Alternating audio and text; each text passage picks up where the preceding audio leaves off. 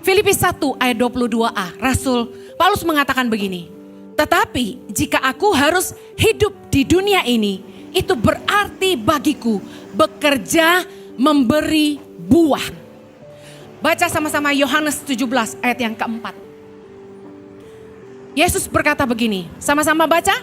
Aku telah mempermuliakan engkau di bumi dengan jalan menyelesaikan pekerjaan yang engkau berikan kepadaku untuk melakukannya.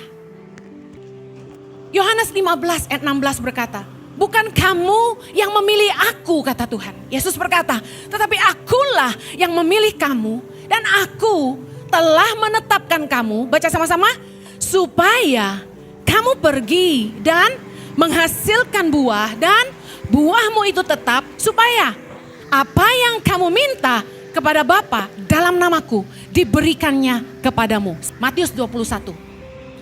Judul perikopnya, Yesus mengutuk pohon ara. Ayat 18. Pada pagi-pagi hari dalam perjalanannya kembali ke kota, Yesus merasa lapar. Membuktikan dia manusia, amin. 19. Dekat jalan ia melihat pohon ara lalu pergi ke situ. Tetapi ia tidak mendapat apa-apa pada pohon itu selain daun-daun saja. Katanya kepada pohon itu, engkau tidak akan berbuah lagi selama-lamanya.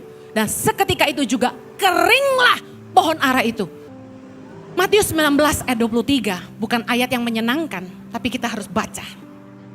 Yesus berkata kepada murid-muridnya, aku berkata kepadamu, sesungguhnya sukar sekali bagi orang kaya untuk masuk ke dalam kerajaan sorga.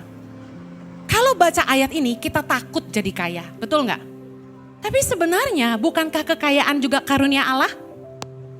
Pengkhotbah 5 ayat 18 berkata gini, setiap orang yang dikaruniai Allah kekayaan dan harta benda dan kuasa untuk menikmatinya, untuk menerima bagiannya, dan untuk bersuka cita dalam jerih payahnya, juga itu pun karunia Allah. Bukankah kekayaan karunia Allah? Bahkan kuasa untuk menikmatinya adalah karunia Allah. Amen. Lalu apa yang salah kalau saya pengen kaya? Kita mesti ngerti ini. With great trust comes great responsibility. Dengan kepercayaan yang besar diikuti dengan tanggung jawab yang besar.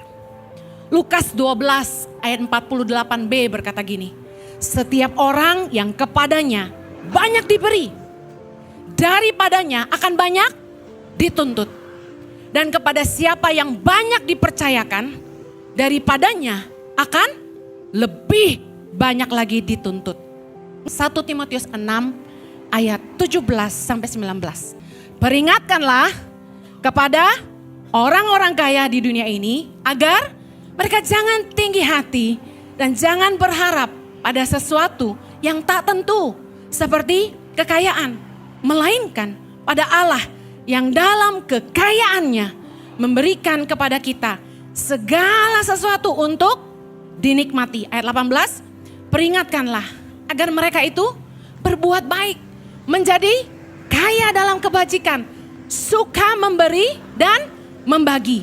Dan dengan demikian mengumpulkan suatu harta sebagai dasar yang baik bagi dirinya di waktu yang akan datang untuk mencapai hidup yang sebenarnya. Matius 7 ayat 17 dulu. Demikianlah setiap pohon yang baik menghasilkan buah yang baik, sedangkan pohon yang tidak baik menghasilkan buah yang tidak baik. Ayat 20. Jadi dari buahnya lah kamu akan mengenal mereka. Ikut Tuhan sungguh-sungguh. Efesus 5 ayat 11. Janganlah turut mengambil bagian dalam perbuatan-perbuatan kegelapan yang tidak berbuahkan apa-apa. Tetapi sebaliknya telanjangilah perbuatan-perbuatan itu.